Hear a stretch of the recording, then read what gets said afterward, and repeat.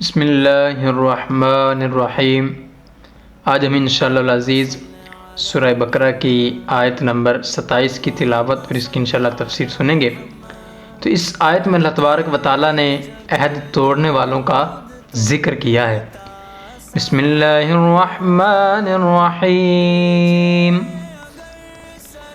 الذين ينقضون عهد الله من بعد ميثاقه ويقطعون ما أمر الله به أن يوصل ويفسدون في الأرض أولئك هم الخاسرون۔ ترجمہ کنز العرفان۔ وہ لوگ جو اللہ کے وعدے کو پختہ ہونے کے بعد توڑ ڈالتے ہیں اور اس چیز کو کاٹتے ہیں جس کو جوڑنے کا اللہ تبارک و تعالیٰ نے حکم دیا اور زمین میں فساد پھیلاتے ہیں، تو یہی لوگ نقصان اٹھانے والے ہیں۔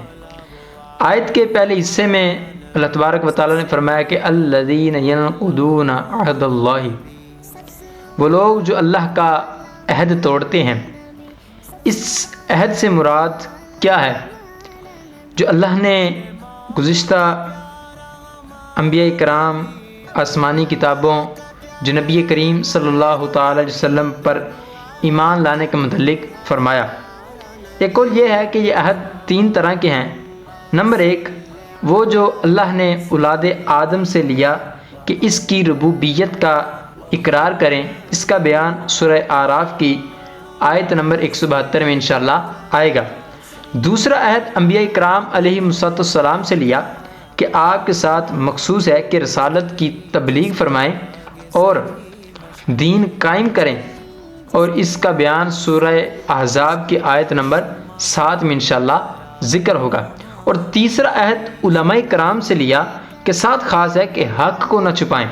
اب وہ لوگ علماء جو ہیں وہ غور کریں کہ اللہ تبارک و تعالیٰ نے ان سے عہد لیا ہے کہ جب آپ کے پاس علم آ جائے تو پھر اس کو چھپانا نہیں ہے، حق کو چھپانا نہیں ہے، بلکہ حق واضح کر کے لوگوں کو بتانا ہے۔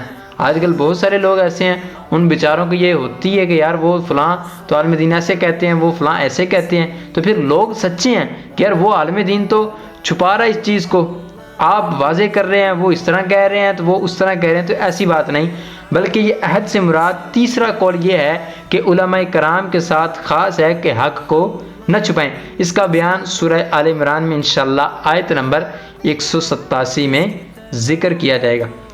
اگلے حصے میں اللہ رب العزت نے فرمایا کہ ما امر اللہ بھی، جس چیز کا اللہ نے حکم دیا، جن چیزوں کے ملانے کا اللہ تبارک و تعالیٰ نے حکم دیا وہ یہ ہے کہ رشتہ داروں سے تعلقات جوڑنا۔ اس آیت میں پتہ یہ چلا کہ رشتہ داروں سے تعلق توڑنا نہیں بلکہ جوڑنا ہے۔ اسی طرح فرمایا مسلمانوں کے ساتھ دوستی محبت کرنا، اور تیسرے نمبر پہ فرمایا تمام انبیاء کرام علیہ السلام کو ماننا، تمام کتابوں کی تصدیق کرنا اور حق پر جمع ہو جانا۔ ان کو قطع کرنے کا معنی ہے کہ رشتہ داروں سے تعلق توڑنا اور انبیاء کرام علیہ السلام کو نہ ماننا اور اللہ تعالیٰ کی کتابوں کی تصدیق نہ کرنا، یہ ہے قطع تعلق کی۔ تو اللہ تعالیٰ سے دعا کرتے ہیں کہ مولا ہمیں رشتہ دار جو رشتہ داریاں ہیں وہ جوڑنے والا بنائے، مسلمانوں سے محبت کرنے والا بنائے، تمام انبیاء پر، تمام آسمانی کتابوں پہ جو اللہ رب العزت نے نازل فرمایا اس پہ پکا قائم و دائم ہمیں ایمان رکھنے کی توفیق عطا فرمائے۔ آمین بجاہ النبی الامین، وصلی اللہ تعالی علی خیر خلقہ محمد و صحبہ اجمعین۔